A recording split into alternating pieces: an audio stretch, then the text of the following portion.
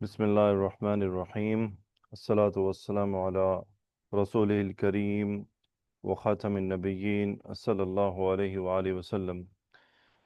السلام علیکم ورحمۃ اللہ وبرکاتہ۔ الحمدللہ، آج ہم اپنے لیکچر نمبر 57 میں مل رہے ہیں اور امید کرتا ہوں کہ آج کا سبق سیکنڈ لاسٹ ہوگا، سیکنڈ لاسٹ سبق ہو سکتا ہے، اور ہو سکتا ہے کہ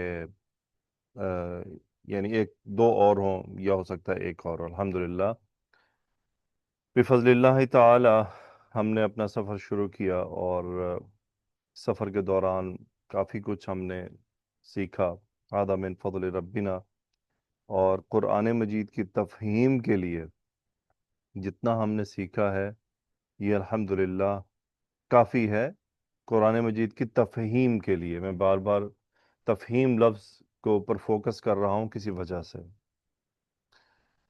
آپ لوگوں سے ویسے شیئر کرتا چلوں، کچھ دن پہلے ایک طالبہ کا سٹیٹس دیکھا، واٹس اپ سٹیٹس، تو اس پر انہوں نے لکھا ہوا تھا کہ مطلب وہ کسی ایسے کورس کی تلاش میں رہیں یا ہوتی ہیں یا ہوں گی یا تھیں کہ جہاں ان کو عربی گرامر میں صرف یعنی ایک ہی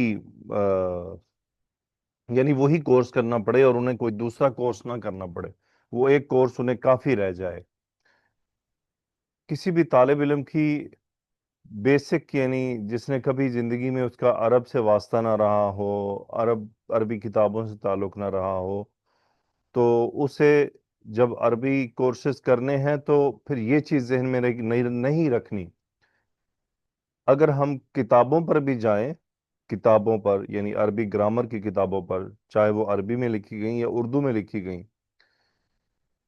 کچھ تو ہیں جو کتابیں ایسی ہیں جو تقریباً سب کچھ اپنے اندر سمو لیتی ہیں، پھر وہ بہت بڑی بڑی کتابیں ہیں، پھر وہ 7 7 8 8 جلدوں پر ہیں۔ تو اس کتاب کو تعلیمی کتاب نہیں کہتے، اس کتاب کو تدریسی کتاب نہیں کہتے، وہ مطالعاتی کتاب ہوتی ہے۔ تعلیمی جو علمی کتابیں ہوتی ہیں، یا جو علمی یعنی سیکھنے کا جو مرحلہ ہوتا ہے، سیکھنے کا مرحلہ ہمیشہ تدریج پر مبنی ہوتا ہے، اس میں تدریج ہوتی ہے، سٹیپس ہوتے ہیں، اور وہ پڑھانے والے اور پڑھنے والے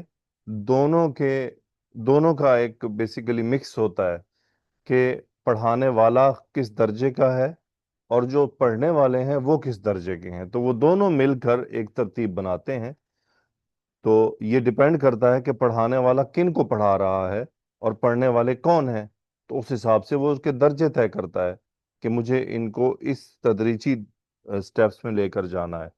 تو جیسا کہ ماشاءاللہ آپ میں ہم سب اردو بولنے والے ہیں اور عربی زبان سے ہمارا اصلاً واسطہ نہیں ہے، اور ہم کیوں سیکھنا چاہتے ہیں چونکہ ہم قرآن مجید کی تفہیم کا شوق رکھتے ہیں۔ تو جو آدمی قرآن مجید کی تفہیم کا شوق رکھتا ہے، جب وہ عربک لینگویج سیکھنا شروع کرتا ہے اور وہ کسی کورس کو جوائن کرتا ہے، تو وہ کورس ایسا نہیں ہونا چاہیے جو بہت زیادہ تفصیل پر مبنی ہو۔ اگر آپ میرے اس کورس کی اور ہمارے اس کورس کی ابتدا پر غور کریں تو ابتدا تو الحمدللہ بہت ضروری تھی جو کروائی گئی۔ اگر آپ نے نوٹ کیا ہوگا، آبزرو کیا ہوگا، امید ہے کہ ایک جگہ میں نے آپ کو اعراب بیچ بیچ میں سکھایا کہ مثلا مبتدا کا اعراب جب کرتے ہیں تو ہم کہتے ہیں مرفوع، اس کے رفع ہونے کی علامت یہ، اس طرح سے میں نے آپ کو وہ چیز بتائی۔ لیکن اگر آپ نے غور کیا تو وہ بعد میں نے اسے ترک کر دیا، اور اگر آپ غور کریں تو جملہ اسمیہ کی الحمدللہ تفصیل کو برقرار رکھا، اس کے بعد جملہ فعلیہ کی بنیاد کی بھی تفصیل کو برقرار رکھا، لیکن جملہ فعلیہ کے بعد جب ٹیکنیکل چینجز آئیں تو اس کے اندر میں تفصیل میں داخل نہیں ہوا، ورنہ تو ہر لیکچر ہی پھر تفصیل طلب، یعنی یوں تو یہ 200 150 کی سیریز میں چلا جائے گا۔ تو وہ اس ڈر اور اس خوف سے نہیں کہ مجھے کوئی پرابلم ہوگی یا کورس طویل ہو جائے گا، نہیں، یہ بالکل ایسا نہیں ہے، الحمدللہ بفضل اللہ تعالی یہ کوئی خوف نہیں ہے۔ اس سے پہلے بھی کورس کروایا ہے، 80 لیکچرز پر گیا تھا، کافی تفصیل طرح ایک ایک ٹاپک کو 3 3 4 4 لیکچرز میں تقسیم کیا تھا۔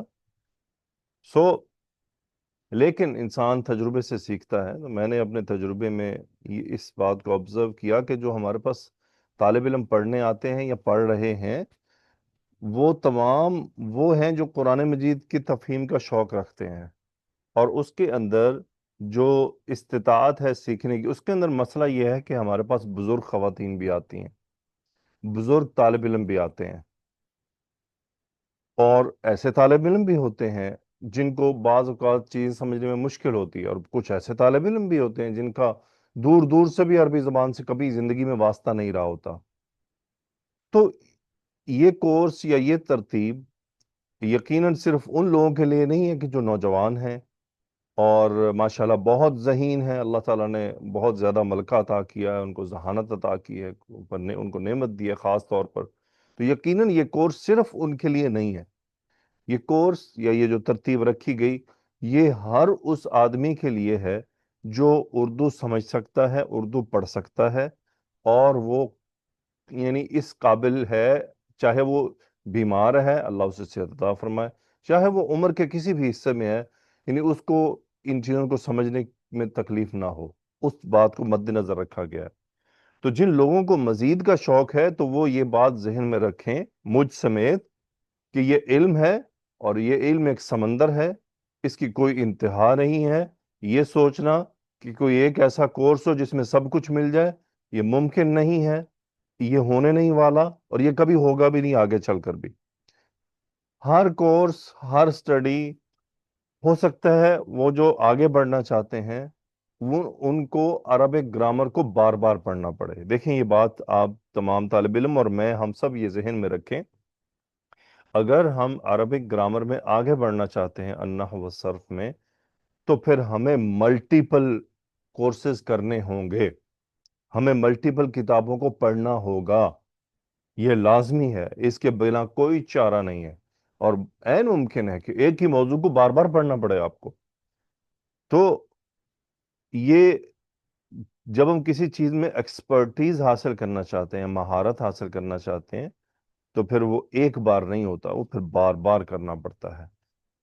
اگر آپ عربک گرامر کی بڑے بڑے علماء کی کتابیں لکھیں، اب کیا ایسا تو نہیں تھا، مثلا ہم سیبوے کو لے لیں، سیبوے نے جو کتاب لکھی رحمت اللہ علیہ نے، وہ کتاب ایسی کتاب ہے جو مدر آف عربک گرامر ہے۔ اب اس مدر آف عربک گرامرز، اگر آپ وہ کتاب جو انہوں نے لکھی اور ہم وہ اٹھا لیں اگر، تو وہ ہمیں سمجھ نہیں آتی، ہمیں استاد چاہیے جو ہمیں وہ سمجھائے کہ اس میں جو باتیں لکھی ہوئی ہیں، پھر جنہوں نے اس کی شروحات لکھی، پھر اس کی آگے شروحات کی بھی شروحات لکھی گئیں۔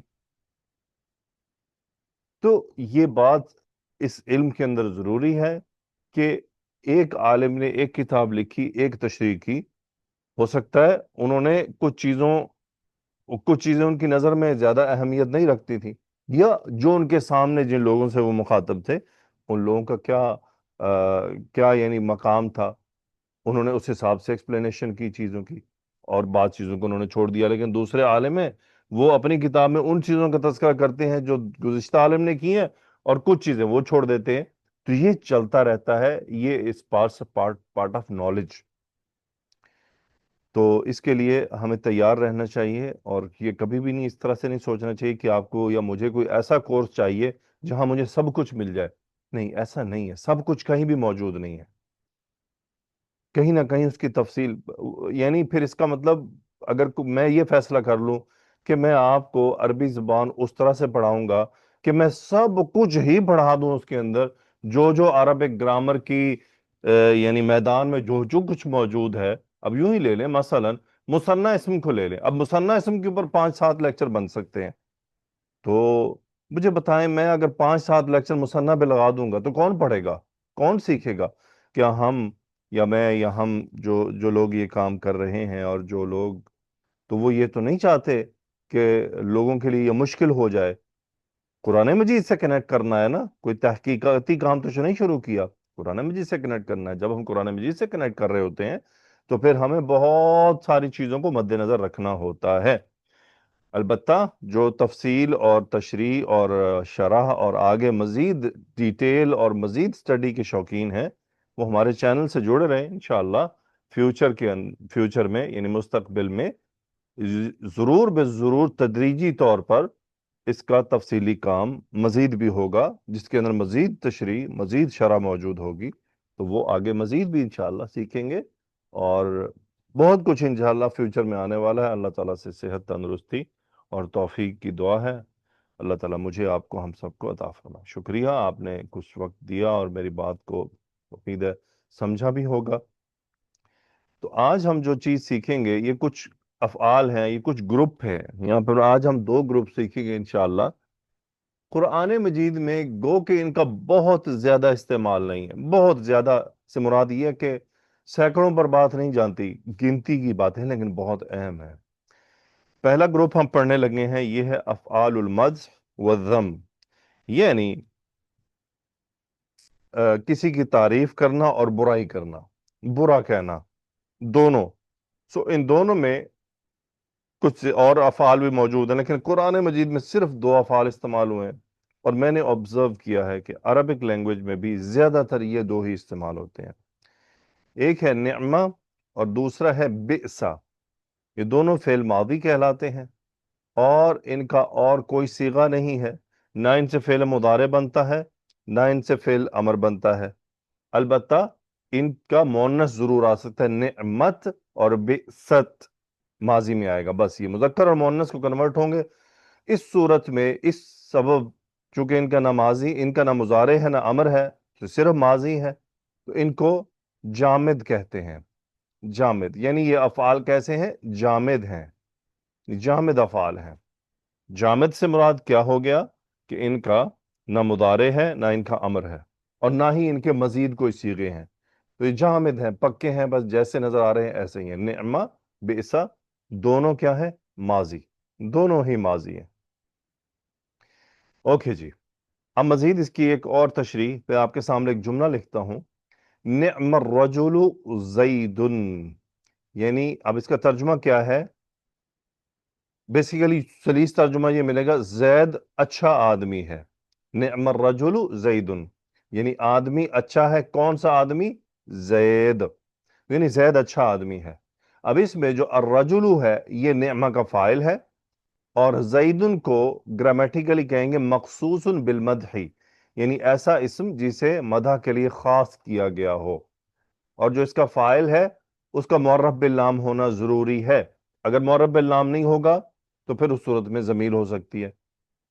بہرحال ہم زیادہ تفصیل میں نہیں گھس رہے، تو قرآن مجید میں جتنی چیزیں موجود ہیں میں آپ کے سامنے ان کو رکھتا ہوں، اور تقریباً ساری ہی آیات نعمہ کی جو ہیں وہ میں بھی آپ کے سامنے لے آتا ہوں۔ نعم الرجل زید، یعنی زید اچھا آدمی ہے، تو الرجل یہاں فاعل اور زید مخصوص بالمدح، چونکہ نعمہ کی ایک ریکوائرمنٹ یہ ہے کہ اس کا فاعل معرف باللام ہونا چاہیے۔ اچھا، قرآن مجید میں یہ جو مخصوص بالمدح ہے یہ محذوف ملے گا، محذوف سے اس کا تذکرہ نہیں کیا گیا۔ کیوں؟ کیونکہ سیاق سے بات واضح ہو جاتی ہے، یعنی آیت جو ہم پڑھ رہے ہیں ہمیں پتہ چل جاتا ہے کہ تعریف اصل میں کس کی جا رہی ہے، کس کی مدح بیان کی جا رہی ہے۔ تو قرآن مجید میں عموماً اس کا جو مخصوص بالمدح ہے وہ محذوف ہوتا ہے۔ اچھا، اور بئسا کے لیے بھی سیم ہی شرائط ہیں، یعنی اگر میں یہاں جملہ کر دوں بئس الرجل زید، یعنی زید برا آدمی ہے، تو اس صورت میں کیا ہوگا؟ وہی الرجل بئسا کا فاعل ہوگا، اور زید مخصوص بالضم ہوگا، یعنی مدح کی بجائے ضم کر دیں گے۔ تو قرآن مجید میں بہت کم آیات ہیں جہاں پر نعمہ استعمال ہوا ہے، لیکن پھر بھی ہم دیکھتے نعمہ اجر العاملین۔ اب اجر العاملین مرکب اضافی، یہاں اجرو نعمہ کا فاعل ہو گیا، یعنی عمل کرنے والوں کا اجر اچھا ہے، یعنی نعمہ اجر العاملین، یعنی عمل کرنے والے کا اجر اچھا ہے۔ اور وہ اجر کیا ہے؟ وہ پیچھے کے جنت کے اندر جو جگہ ملے گی، وہ جو جنت میں داخل ہونا ہے، وہ نعم اجر العاملین ہے۔ مثلا آیت ہے نعم الوکیل، اچھا کارساز ہے۔ اب کون اچھا کارساز ہے؟ نعم الوکیل اللہ اچھا کارساز ہے۔ اب وہ پیچھے آیت میں اس کا تذکرہ موجود تھا، اس لیے مخصوص بالمدح جو تھا وہ یہاں پر محذوف ہے، یہاں بھی وہ محذوف ہے۔ مثلا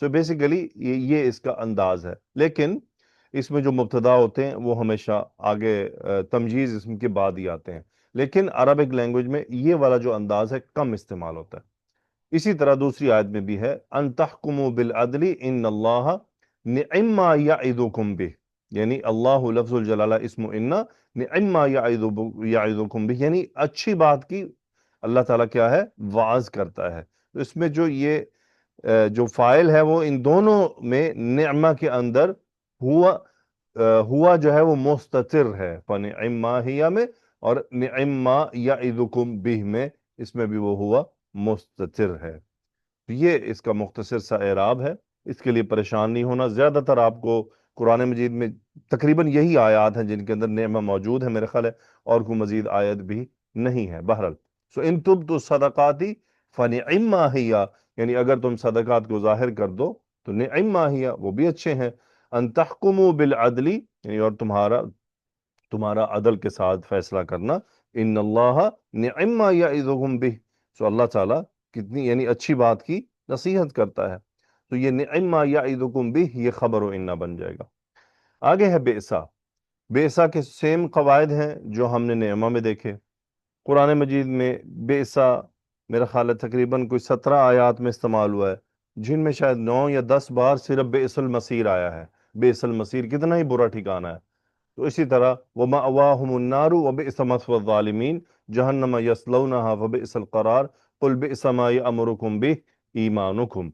اب اگر غور کریں، بیسا کی میں نے صرف 4 آیات کو منتخب کیا چونکہ بئس المصیر ہی کوئی 9 بار ریپیٹ ہوا ہے، تو یہ سب ٹھکانوں کے متعلق ہے۔ اور اگر آپ باقی آیات میں بھی غور کریں تو سوائے یہ قُلْ بِئْسَ مَا يَأْمُرُكُمْ بِهِ ایمانکم کو چھوڑ کر باقی تمام آیات میں وہی جو مقصد ہے وہ وہی ٹھکانہ ہی ہے۔ سو بئس المصیر، تو یہ المصیر یہاں پر کیا ہے، بئسا کا فائل ہے۔ بئس مثوى الظالمین، جو مثوى الظالمین بئسا کا فائل ہے، اور اس کا مطلب بھی ٹھکانہ ہے۔ دیکھیں جو یعنی مخصوص بالضم ہے اس کا تذکرہ نہیں ہے، لیکن وہ انڈرسٹوڈ ہے۔ مثلا ثم اضطرہ الی عذاب النار وبئس المصیر، یعنی وہ جو عذاب النار ہے وہ کتنا برا ٹھکانہ ہے۔ ومأواہم النار، ان کا ٹھکانہ جہنم ہے۔ بئس مثوى الظالمین، ظالموں کا کتنا برا ٹھکانہ ہے۔ جہنم یصلونہا وبئس القرار، یعنی جہنم اس میں وہ داخل ہوں گے، وبئس القرار، تو کتنا قرار پکڑنے کی جگہ کتنی بری ہے۔ قل بئس ما یأمرکم بہ ایمانکم۔ اب یہ اس کا اعراب سیم وہی نعم ما کی طرح ہے۔ تو بئسا کا یہاں پر جو فائل ہے وہ ہوا مستتر، ما یہاں تمجیز، اور آگے جو اس کا آ رہا ہے یہ چونکہ جملہ فعلیہ ہے، یہ مبتدا نہیں بنتے ہیں، تو اس کے اندر ایک ضمیر ہے جو اس سے کنیکٹ ہو رہی ہے، یأمرکم بہ، یہ بہ جو ہاں ضمیر ہے یہ اسی ما تمییز سے کنیکٹ ہو رہی ہے۔ سو یأمرکم بہ ایمانکم، یعنی قل آپ کہہ دیجئے بئس ما یأمرکم بہ ایمانکم، کہ یعنی کتنا ہی یعنی برا ہے وہ جس کا تمہارا ایمان تمہیں حکم دیتا ہے۔ یہاں پر یأمرکم بہ ایمانکم، چونکہ ہم اس کو مبتدا نہیں بنا سکتے، اسی طرح گزشتہ آیت میں یعظکم بہ یہ بھی آیا تھا، دونوں جب فعل آ رہے ہیں اس صورت میں ہم اسے مبتدا نہیں بنا سکتے، اس ہوتا تو ہم مبتدا بنا دیتے، لیکن یہاں پر پھر یہ کیا بنے گا؟ تو یہ یہ جو ما ہے، جو تمجیز جسے ہم کہہ رہے ہیں، منصوب ہو جس کو ہم منصوب تمجیز بول رہے ہیں، پھر یہ اس کی صفت بن جاتا ہے، پھر یہ اس کی صفت کہلاتا ہے۔ سو یہ قرآن مجید میں نعمہ اور بئس ما کا اعراب اس طرح سے ہوگا۔ سو جیسا کہ میں نے ابھی آپ کو بتایا کہ پلیز یہ میری ریکویسٹ ہے آپ تمام طالب علموں سے، کسی بھی چیز کو آپ نے بوجھ اور سٹریس نہیں سمجھنا۔ مثلا آپ سمجھیں یہ بات ابھی ہمیں سمجھ نہیں آ رہی، کوئی بات نہیں آ رہی نا سمجھ، آپ ریلیکس رہیں، یہ غور کریں کہ جو میجر بات ہے، جو میجر معاملہ ہے وہ آپ کو سمجھ آ گیا ہے، اور یہ جو چھوٹی چھوٹی ایکسیپشنل چیزیں ہیں جو تھوڑی سی ڈیٹیل طلب ہے، اگر آپ کو نہیں وہ ذہن میں بیٹھی تو ان کو لے کر پریشان نہیں ہونا۔ بعض کامنٹ میں دیکھتا ہوں کسی لیکچر کے نیچے آ جاتے ہیں کہ وہ جو بڑا حصہ ہوتا ہے لیکچر کا، جو جنرل ہوتا ہے، جو میجر ہوتا ہے، جو بنیاد ہے، جو بیسک ہے، جو کانسیپٹ دیتی ہے، وہ آسان ہوتی ہے، وہ ہمیں سمجھ آ گئی۔ اگر وہ ہمیں سمجھ آ گئی اور بیچ میں کوئی ایسی چیز آ گئی ہے جو اس سے تھوڑی سی ہٹ کی ہوئی ہے، تو طالب علم اس کے سبب کامنٹ کر دیتا ہے جی لیکچر بہت مشکل تھا، یہ سمجھ میں نہیں آیا. نہیں، یہ والا انداز، یعنی مجھ پہ کامنٹ کرنے کا پرابلم نہیں ہے، یہ میں اپنے یہ اس لیے نہیں میں آپ سے کہہ رہا کہ چونکہ میرے لیکچر کے بارے میں کامنٹ ہے تو نو، یہ میں جنرلی علم کے بارے میں بات کروں. جب بھی آپ علم حاصل کریں، نالج، گیننگ نالج، جب بھی آپ علم حاصل کر رہے ہیں اس دوران میں اگر کوئی لیکچر آپ نے لیا، کچھ کتاب کا کچھ حصہ پڑھا اور اس میں میجر چیز سمجھ آ گئی آپ کو، لیکن کوئی بیچ میں ایسی ٹیکنیکل بہت ٹیپیکل چیز آ گئی جو آپ کو مشکل لگی، تو اس کی بنیاد پر پورے سبق اور پورے لیکچر کو مشکل نہیں سمجھنا. وہ ٹھیک ہے، کوئی بات نہیں، یہ پورشن مجھے سمجھ نہیں آیا، یہ تھوڑا سا مشکل ہے، بعد میں دیکھیں گے. میجر جو چیز آپ نے حاصل کر لی اس کی طرف نظر ڈالیں، اور وہ ہے نعمہ اور بئسا کا جو اصل میں کیا فاعل، اور اس کا جو مخصوص بالمدح یا مخصوص بالذم ہے وہ قرآن مجید میں محذوف ہے. یہ جنرل تھا. اگر ہم نے اما اور بئسا ما اگر تھوڑا سا ڈیفیکلٹ لگا، کوئی بات نہیں، چھوڑ دیں، یہ بعد میں دوبارہ سمجھ آ جائے گا انشاءاللہ باذن اللہ. لیکن قرآن مجید میں ٹوٹلی 3 آیات ہیں اور یہ صرف 3 ہی آیات میں استعمال ہوا ہے. اوکے جی، آگے چلتے ہیں. افعال الناقصہ. دیکھیے، الافعال الناقصہ کا تعارف پہلے آپ سے ہو چکا ہے. فعل ناقص کسے کہتے ہیں؟ فعل ناقص وہ بیسیکلی یہ افعال ناقصہ ہیں جو جملہ اسمیہ پر داخل ہوتے ہیں اور مبتدا کو اپنا اسم اور خبر کو اپنی خبر بنا لیتے ہیں اور ان کی خبر منصوب ہوتی ہے. افعال ناقصہ کیوں ہوتے ہیں؟ کہ اگر آپ ان جملہ اسمیہ کو ہٹا دیں تو یہ اپنے میننگ کو پورا نہیں کرتے. جیسا کہ مثلا میں اگر فعل لکھوں ضربا، اب یہ بھی ایک فعل ہے، اس کا کیا ترجمہ ہے؟ اگر میں آپ سے کہوں تو آپ کہیں گے اس کا ترجمہ ہے اس نے مارا، سمع اس نے سنا، اکلا اس نے کھایا، فتح اس نے کھولا. لیکن اگر میں لکھوں کانا، اب یہ بھی ایک فعل ماضی ہے، تو ترجمہ کیا ہے اس کا؟ وہ تھا. دیکھیے بات مکمل نہیں ہوئی، اس کا مطلب اس کانا کو ابھی مزید کچھ ڈیٹیل چاہیے، مزید ایکسپلینیشن اسے چاہیے ہے. تو ہمیں کانا کی بات پھر وہ تھا اب سمجھ نہیں آئی. اس کا مطلب تھوڑا سا غور کریں تو اس کا مطلب کوئی چیز کانا میں مسنگ ہے جو بات کمپلیٹ نہیں کر رہی، جبکہ ضربا اس میں پوری بات پوری ہے، فاعل موجود ہے، فعل موجود ہے، بات پوری ہوگی. ضربا اس نے مارا. کانا کے اندر تو اگر مثلا غلطی سے ہم یہ سمجھ لیں اس کا فاعل ہوا ہے تو وہ تھا، بات کمپلیٹ نہیں، اسی لیے یہ افعال ناقصہ ہوتے ہیں اور اس کا ایک گروپ موجود ہے. تو ہم صرف ان پر فوکس کریں گے جو قرآن مجید میں استعمال ہوئے ہیں، اور جو قرآن مجید کے علاوہ ہیں ان کو میں نے اس لسٹ میں چھوڑ دیا ہے، اس کی تفصیل کو بھی چھوڑ دیا ہے. سو کانا و اخواتها، کادا و اخواتها. تو افعال ناقصہ میں 2 گروپ ہیں، ایک کو کہتے ہیں کانا اور اس کی بہنیں، اور دوسرا ہے کادا و اخواتها، یعنی کادا کلمہ اور اس کے باقی جو فیملی ممبرز ہیں. سو ابھی پتہ چل جائے گا کادا کیا ہوتا ہے. دونوں کا رول سیم ہے، یعنی ان کا اسم مرفوع ہوتا ہے، خبر منصوب ہوتی ہے، اور ان کی خبر میں جملہ فعلیہ بھی آ سکتا ہے. تو یہ ان کا قاعدہ جو ہے وہ سیم ہے، یعنی جو ہم نے کانا کا پڑھا تھا سیم قاعدہ ان سب کے بارے میں اپلائی ہوتا ہے. تو مثلا پہلا ہم لے لیتے ہیں کانا. کانا زید مریضن، زید بیمار تھا. اب کانا کا مطلب ہے تھا، زیدن اس کا اسم ہے، مریضن اس کی خبر ہے. پھر ہے اصبح زید استاذن.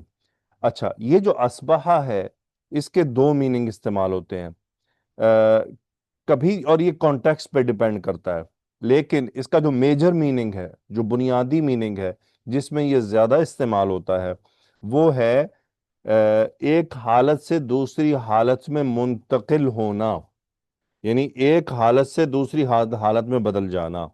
تو یہاں پر اصبح زید استاذن، زید استاد بن گیا، یعنی زید استاد ہو گیا، یعنی زید طالب علمی کی حالت سے استاد ہونے کی حالت میں کنورٹ ہو گیا. تو اسے تغییر کہتے ہیں، یعنی ایک حالت سے دوسری حالت میں بدل جانا. اور دوسرا یعنی کوئی کام صبح کے وقت کرنا، تو وہ بھی ہوتا ہے. مثلا میں اگر صرف اتنی بات کر دوں اصبحت نشیطا، یعنی اب اس کا کیا مطلب ہے کہ یعنی میں نے آج جو صبح کی ہے وہ ذرا چست تھا میں، یعنی وہ کیا کہتے ہیں چلیے میں انرجیٹک تھا. تو اصبحت نشیطا یعنی میں سونے کے بعد جب اٹھا ہوں، تو کوئی کام جو صبح کو کرنا.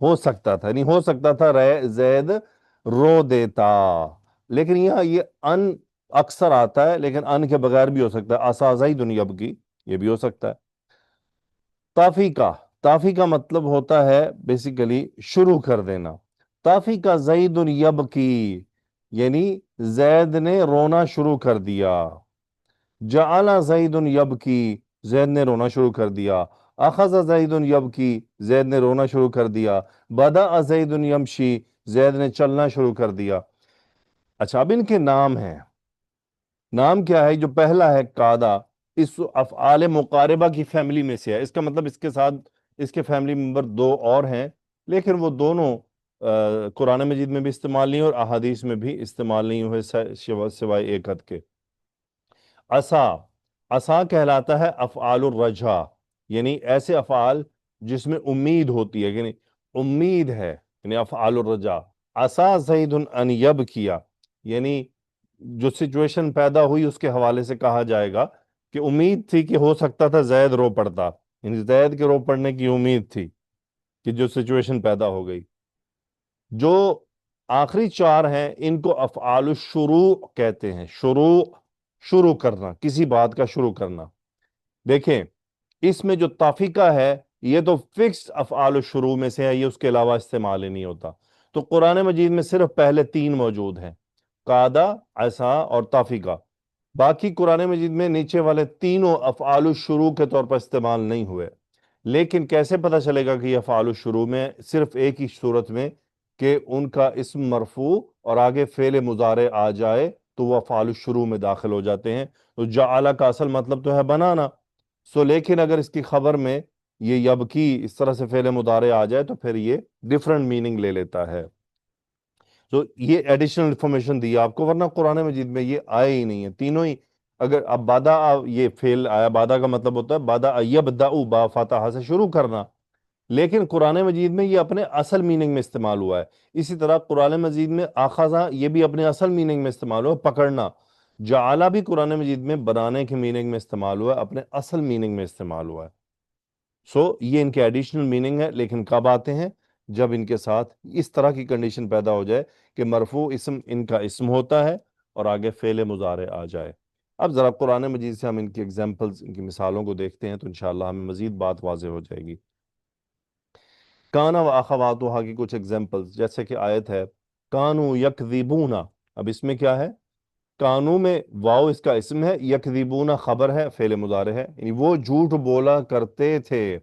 یکون علیکم شہیدا، اب یکون میں ہوا اس کا اسم ہے اور شہیدن خبر ہے کہ وہ تم سب پر، وہ ان سب پر گواہ ہو جائے گا۔ ان اکون من المسلمین، اکون میں انا اسم، من المسلمین خبر، یعنی میرا مسلمان ہو جانا۔ یہ آپ اب غور کریں تو یہ بھی بیسیکلی کنورجن کی میننگ میں آ رہا ہے، لیکن اگر اس کا مضارع ہو، قرآن مجید میں زیادہ تر ماضی آیا ہے کانا یکونو، یعنی زیادہ تر ماضی میں استعمال ہوا ہے قرآن مجید میں، اور زیادہ تر اس کی خبر میں اگر کوئی فعل آیا ہے تو وہ مضارع آیا ہے یا پھر اسم آیا ہے۔ مضارع کیوں آیا ہے؟ کیونکہ جب مضارع کانا یعنی ماضی کے ساتھ آ جاتا ہے تو یہ استمرار کے میننگ دیتا ہے، کسی چیز کو جاری رکھنا۔ کانو یکذبون، وہ جھوٹ بولا کرتے تھے، یعنی وہ ماضی میں ایک کام کو کنٹینیوسلی کیا کرتے تھے۔ اس کے بعد ہے اصبحہ، جیسا کہ میں نے آپ کو بتایا کہ اس کا اصل جو میننگ استعمال ہوتا ہے وہ ہے حالت بدلنا۔ تو قرآن مجید میں یہ، جہاں تک میں نے غور کیا ہے، ایک آیت کو چھوڑ کر تمام آیات میں یہ حالت بدلنے کی میننگ میں استعمال ہوا ہے، اور بہت زیادہ نہیں ہے، اس کے نمبرز لیس دین 30 ہیں آیات جس میں یہ استعمال ہوا ہے۔ اصبحتم بنعمتہ اخوانا، تو اصبحتم میں تم اس کا اسم ہو گیا، تو یعنی تم سب ہو گئے اخواناً، بھائی بھائی، بنعمتہ اس کی نعمت کے ساتھ، یعنی اللہ تعالیٰ کی طرف سے نعمت جو حاصل ہوئی اس کے ذریعے تم سب آپس میں بھائی بھائی ہو گئے۔ دیکھیں تم دشمن تھے لیکن تم کنورٹ ہو گئے بھائی بھائی میں، تو ایک حالت سے دوسری حالت میں کنورٹ ہونا۔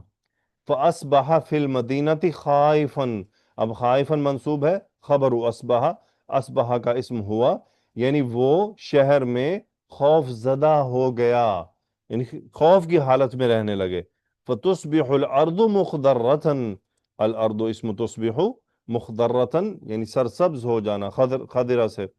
سو زمین یعنی زمین کی جو حالت ہے اس کی طرف بتایا جا رہا ہے کہ وہ یعنی سرسبز ہونے کی حالت میں کنورٹ ہو گئی، تو ہو جاتی ہے، یعنی تصبح الارض مخضرتن.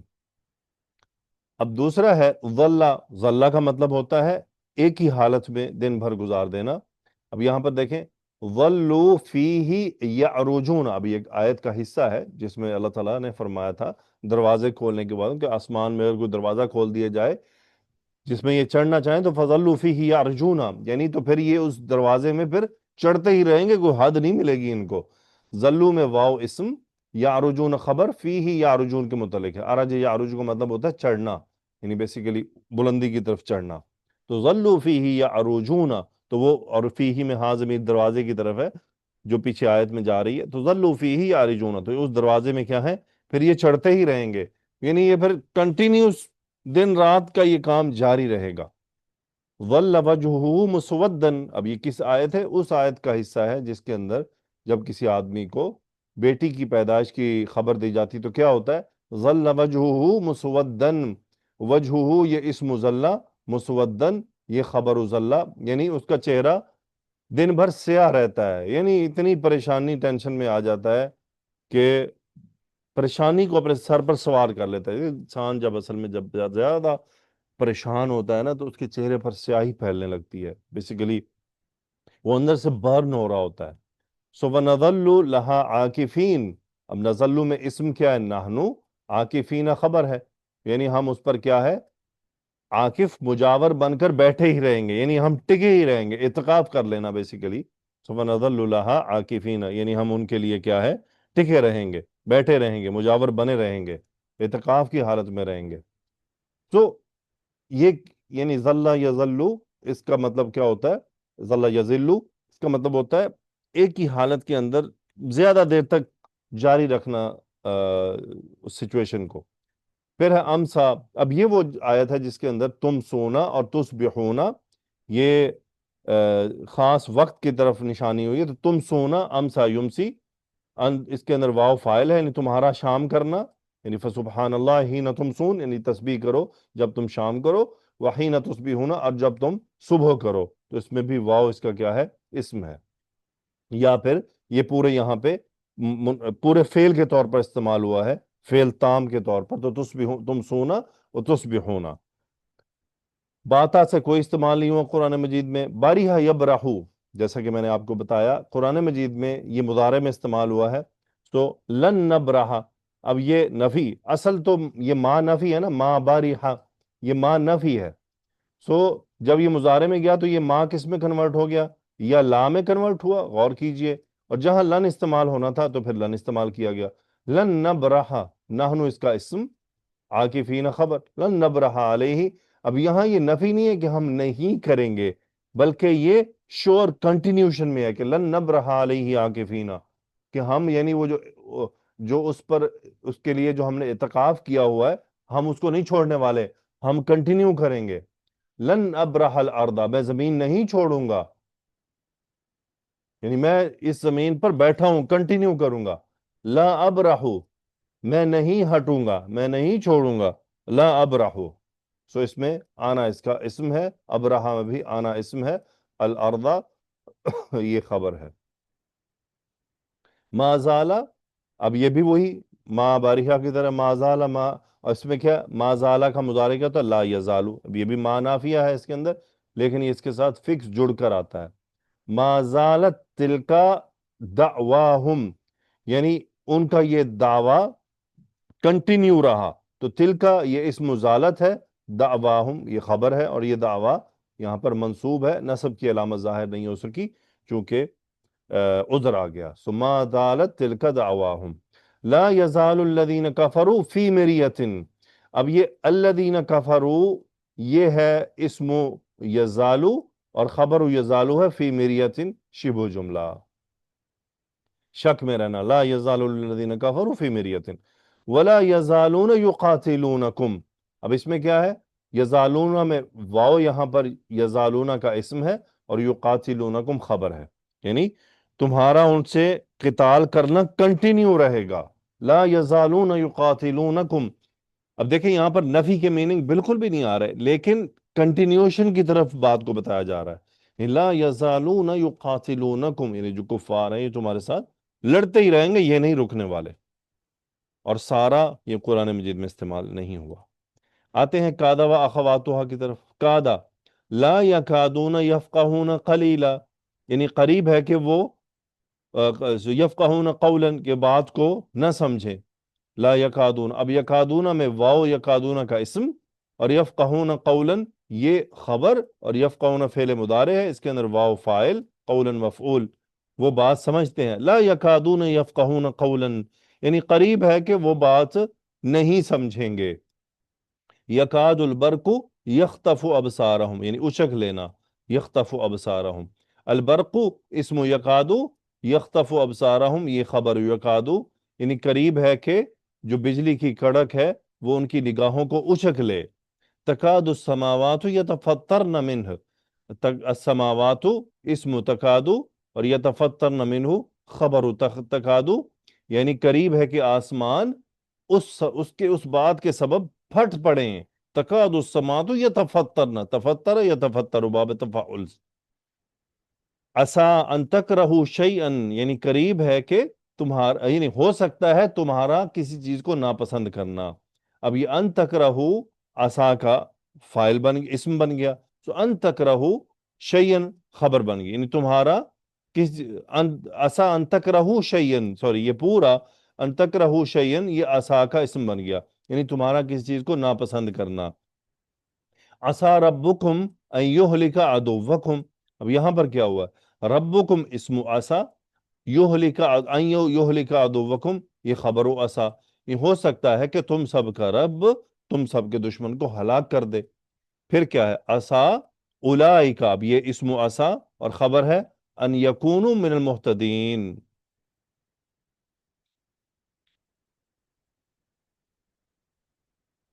سو اولئکہ یعنی عسا ہو سکتا ہے کہ وہ ان یکونوا من المہتدین ہدایت پانے والوں میں سے ہو جائیں. تو یہ ان یکونوا من المہتدین یہ عسا کی کیا بن جائے؟ خبر، اور اولئکہ عسا کا اسم. طافقہ و طافقہ یخصفان علیہما من ورق الجنہ. اب طافقہ میں الف جو ہے یہ فاعل ہے چونکہ مثنیٰ کا صیغہ ہے، اور یخصفانی خبر ہے، اور آگے پھر علیہما من ورق الجنہ یہ پورا یخصفان کے متعلق ہے. اب یہ آدم علیہ السلام اور حضرت اما حوا علیہ السلام کے بارے میں ہے کہ ان دونوں نے شروع کر دیا، تو یہ الف مثنیٰ کے لیے ہے. ان دونوں نے شروع کر دیا کیا؟ اپنے آپ کو ڈھانپنا جنت کے اندر. جو جو جو پتے تھے ان کے ذریعے اپنے جسموں کو ڈھانپنا شروع کر دیا. سو طافقہ شروع کر دیا. قرآن مجید میں یہ تین افعال ہیں، کادا، کادا یکادو. سو کادا کا موسٹلی مضارع استعمال ہوا ہے. عسا صرف ماضی ہے، قرآن مجید میں بھی ماضی کے طور پر استعمال ہوا ہے. طافقہ کے صرف قرآن مجید میں 2 آیات ہیں. باقی جو افعال ہیں وہ قرآن مجید میں کادا و اخواتو کے حوالے سے استعمال نہیں ہوئے ہیں. تو یہ جو پہلی آیت ہے عسا ان تکرہوا شیئا، اس کے اعراب میں مجھے تھوڑی سی کنفیوژن یہ ہو رہی ہے کہ این ممکن ہے کہ ہوا اس کا اسم ہو اور ان تکرہوا شیئا یہ اس کی خبر ہو. عسا ان تکرہوا شیئا یعنی ہو سکتا ہے کہ وہ تمہیں، یعنی تمہیں کوئی چیز ناپسند آئے. سو بہرحال اس کے اعراب میں تھوڑا سا یہاں سے یعنی پلس مائنس ہو سکتا ہے. بہرحال الحمدللہ. سو یہ معلومات ہے باپ کے سامنے، یہ انفارمیشنز ہیں. تو یقیناً آپ انفارمیشنز کو قرآن مجید میں اپلائی کر سکتے ہیں. اور جو ہمارے پاس گروپ بیچز میں اسٹوڈنٹس ہوتے ہیں وہ آئیں گے تو کلاسز میں، زوم کلاسز میں ہم یقیناً سیر حاصل پریکٹس کروا لیتے ہیں اور کوشچن آنسر بھی ہو جاتے ہیں، تو چیزیں کلیئر ہو جاتی ہیں. تو الحمدللہ. گزشتہ لیکچر میں جو میں نے آپ کے ساتھ شرط کے بارے میں ایک ٹاپک آپ کو کروایا تھا، تو وہاں پر اس میں بدل کا جو میں نے آپ کو ایک ٹاپک کروایا تھا گزشتہ میں، بدل کا ایک ٹاپک تھا. اس میں ایک آیت مبارکہ تھی. ہماری ایک اسٹوڈنٹ ہیں، انہوں نے میری گزشتہ لیکچر کی غلطی کی نشاندہی کی، اللہ انہیں جزائے خیر عطا فرمائے. ھذا من فضل ربنا. خوشی ہوتی ہے اس طرح سے جب کوئی یعنی کسی اسٹوڈنٹ کو کچھ پتہ چلتا ہے کہ بھئی استاد یہاں پر کوئی چیز مس کر گیا ہے. تو وہ جو آیت مبارکہ تھی جس کے اندر تھا کہ آبا کی بات آ رہی ہے، یعنی آبا آقا، یعنی آپ کے آبا، اور آگے تھے ابراہیم و اسماعیل علیہم السلام، تو وہاں پر غلطی سے میں نے ابراہیم و اسماعیل علیہ السلام کو کاف کا بدل بتا دیا۔ بسا اوقات کیا ہوتا ہے کہ آپ اپنے ذہن میں چیز کو ٹھیک لے کر چل رہے ہوتے ہیں، لیکن جب آپ بول رہے ہوتے ہیں تو وہ جو بولنے کی ایپلیکیشن ہو رہی ہوتی ہے وہ ڈیفرنٹ ہو رہی ہوتی ہے۔ تو کہیں کہیں جب آپ اتنا بول رہے ہوتے ہیں نا تو کبھی کبھی ڈسکنیکشن ہو جاتا ہے کہ آپ اصل میں ذہن میں کچھ لے کر بتا رہے ہیں۔ تو یقیناً وہاں پر وہ بہت واضح تھا کہ آبا و اجداد کی بات ہے، اور وہ آبا کون تھے؟ اسماعیل علیہ السلام، ابراہیم علیہ السلام، تو اور تو کوئی نہیں تھا وہاں پہ۔ تو وہ سبقت لسانی کہہ لیجئے، یا چونکہ انفارمیشنز، کیونکہ ہم ایک ٹاپک پہ بات نہیں کر رہے ہوتے، ملٹیپل چیزیں ذہن میں چل رہی ہوتی ہیں۔ اعراب اصل میں اسی لیے بڑی سٹرونگ ہے کہ جب آپ ایک جملے کا اعراب کر رہے ہیں یا قرآن مجید کا خاص طور پہ اعراب کر رہے ہوتے ہیں نا، تو یوں سمجھے کہ پوری عربی گرامر ہی آپ کے دماغ میں اچھل کود رہی ہوتی ہے۔ تو کسی وقت تو اسی لیے اس پر مہارت حاصل کرنے میں کافی ٹائم لگتا ہے۔ It's not very simple thing, جسے اس کے لیے کافی ریاضت چاہیے ہوتی۔ ریاضت سے مراد آپ کا روزانہ کی بنیاد پر آپ کے دن کا بڑا حصہ اس کے اندر لگنا، یعنی آپ کے دن کا روزانہ کا بہت بڑا حصہ اعراب، عربی زبان کے اندر کلمات کے اعراب کو کرنا، اور نہ صرف قرآن، پھر اس میں حدیث بھی شامل ہے، اس میں شعر شاعری بھی شامل ہے، تب جا کر یعنی اعراب اچھی طرح کتابوں سے دیکھ کر پڑھ لینا اٹس ویری ایزی۔ یعنی اگر آپ نے میرے ساتھ یہ عربی گرامر کا کورس کیا اور آپ نے کتاب کھول لی اور آپ ایک کتاب پر اس کا اعراب میچ کر رہے ہیں جو آپ کے ذہن میں آ رہا ہے، اچھا یہ ٹھیک ہے، یہ اس سے میچ کر رہا ہے، ہاں ٹھیک ہے، یہ سمجھ آ گیا، it is very easy, it's not. لیکن اعراب اصل وہ ہے کہ آپ اعراب القرآن یا وہ جو کتابیں جہاں اعراب حل شدہ ہیں، آپ کو وہاں کی ضرورت ہی نہ پڑے، اور آپ کا 100% وہاں میچ ہو رہا ہو، 100 نہیں تو 95% میچ ہو رہا ہو، پھر کہا جائے گا ہاں اب آپ کو اعراب واقعی میں سمجھ آ چکا ہے۔ اور کسی ایک آیت کا نہیں کہ کسی ایک آیت کا میچ کر گیا، نو، یعنی آپ کو عین ممکن ہے مثلا ایک لے لیجیے سورۃ یوسف کا، پوری سورہ یوسف کا آپ اعراب کریں، اور اس اعراب کا 95% آپ کا جو اعراب کے اصل جو دقائق ہیں وہاں سے میچ کر گیا، تو پھر سمجھا جائے گا کہ ہاں اب آپ کو اعراب سمجھ آ چکا ہے۔ ایک دو آیات کا اعراب اگر کتابوں سے میچ کر جائے تو دین آئی کین ناٹ کلیم کہ مجھے اعراب آتا ہے، نو۔ اعراب آنے کا کلیم کرنے کے لیے بڑی تھوڑی ریاضت چاہیے، لیکن یہ ہے کہ اس کے اندر بھی محنت لگتی ہے۔ بہرحال اللہ تعالی ہمیں محنت کرنے والوں میں شامل فرمائے۔ سبحانک اللہم وبحمدک، اشہد ان لا الہ الا انت، استغفرک واتوب الیک۔ اللہم صلی وسلم علی نبینا محمد، آمین یا رب العالمین۔ السلام علیکم ورحمۃ اللہ وبرکاتہ۔